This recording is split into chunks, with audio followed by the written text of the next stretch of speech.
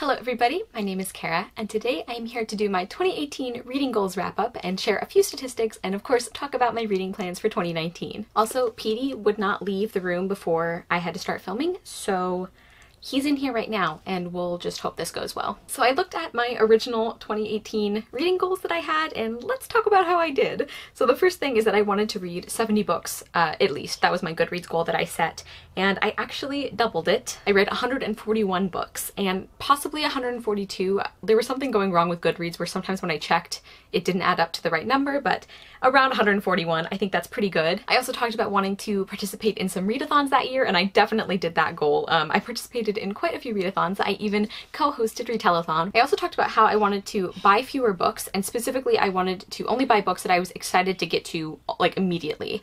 And I kind of went back and forth on this one as far as how well I did. I think during some parts of the year I did a really good job with this, and then there were other times where I sort of fell into that trap of like, well, it's really cheap and I know I want to read this someday, so I'm just gonna buy it now. So that's something I want to continue getting better about. And kind of related to that goal, I didn't want to force myself to read books before I was excited for them. So by that I mean there were certain series or certain releases that I was consistently excited for, but I noticed that I sometimes have this tendency to kind of like make myself read them when I think I should want to read them rather than waiting for that to be a book I'm actually in the mood for, because like I don't want to force myself to read a book in my favorite series if I'm not in the mood for it. I don't want to ruin the experience. So that's something else that I did like okay at that I want to continue doing in 2019. I also said I wanted to read a bunch of my like bind-ups and short story collections, and I mentioned like my collected fairy tale books, and I really failed at that goal. I think I maybe read 2 short story collections in 2018, and one of them was a reread. I did enjoy both of them though, which was actually really exciting because I tend not to get along with short story collections too well, but yeah, definitely didn't do that goal. I also wanted to get back into reading some of my favorite genres that I talk about but that I don't seem to read from. So fantasy is pretty much my most read, my favorite genre. That wasn't the issue, but I was specifically thinking of things like historical fiction, which I consider one of my favorite genres, and that I really enjoy it and I always talk about it as one of my favorite genres, but I sometimes like don't like pick it up as often as I should, and I actually did really well with that. We'll get into some like genre breakdowns in a minute, but I think I did pretty well with that one. I also wanted to read more nonfiction, and I definitely did a lot better with that one than I thought I was going to.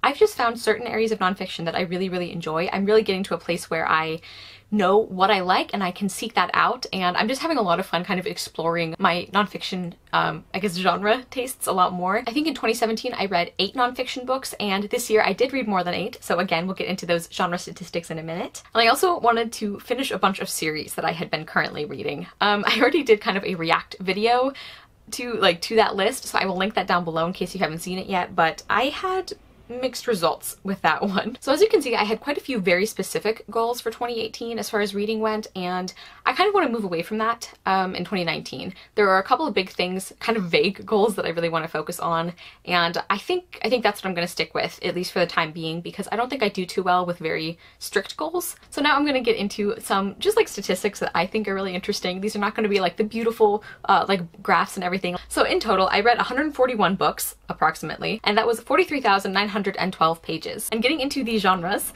I read 15 books that were science fiction or dystopian, 4 classics, although I'm not really happy with how this is categorized at the moment because classic is not really a genre in my mind, but that's kind of what I'm working with. I read 57 fantasy books, which is my most read genre, no surprise. I read 9 urban fantasy or paranormal books, 12 contemporaries, 3 plays, 12 books that were nonfiction or kind of folklore story type things, 8 magical realism books, 17 historical fiction books, so I did really well with that goal.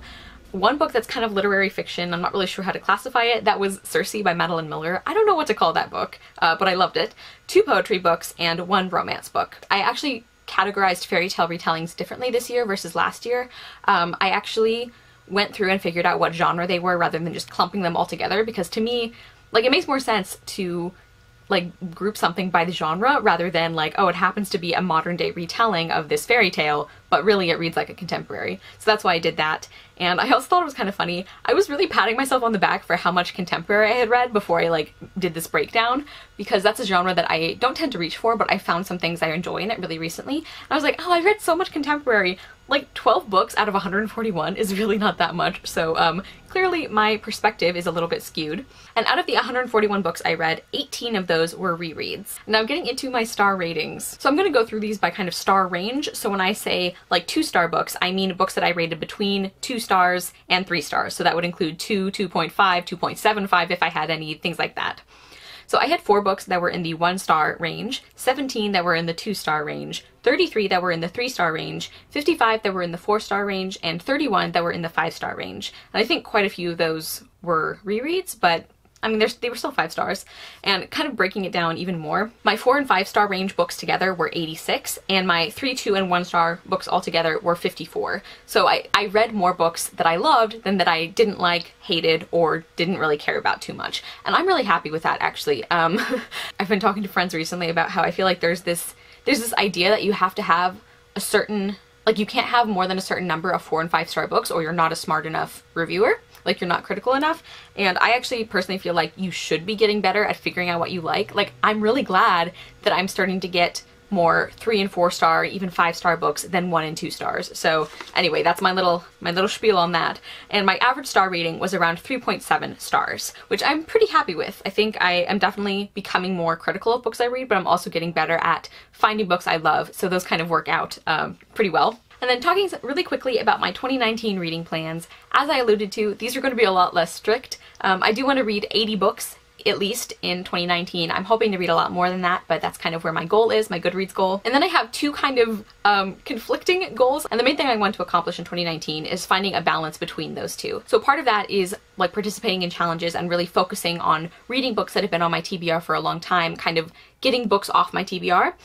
In a very like structured kind of way. And then the other goal that is sort of the opposite of that is leaving myself more room to mood read, because that's something I kind of have fallen away from. But when I did it in December, at the end of December, I loved it. I read some of my favorite books of the year during that month, which I think is no accident. So I really want to find kind of the happy medium between those 2 things.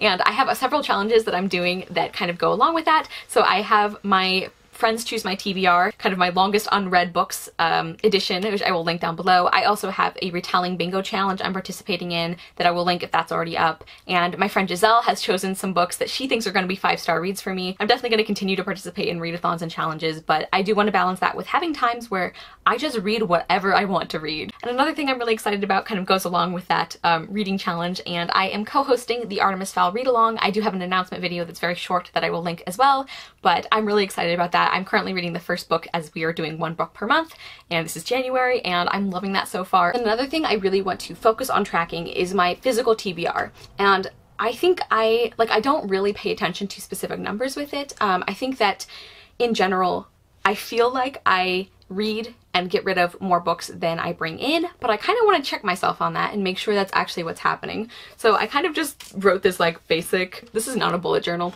spread at all. This is just me making a list of books that I acquire and books that I get off my TBR, whether that is through reading or unhauling.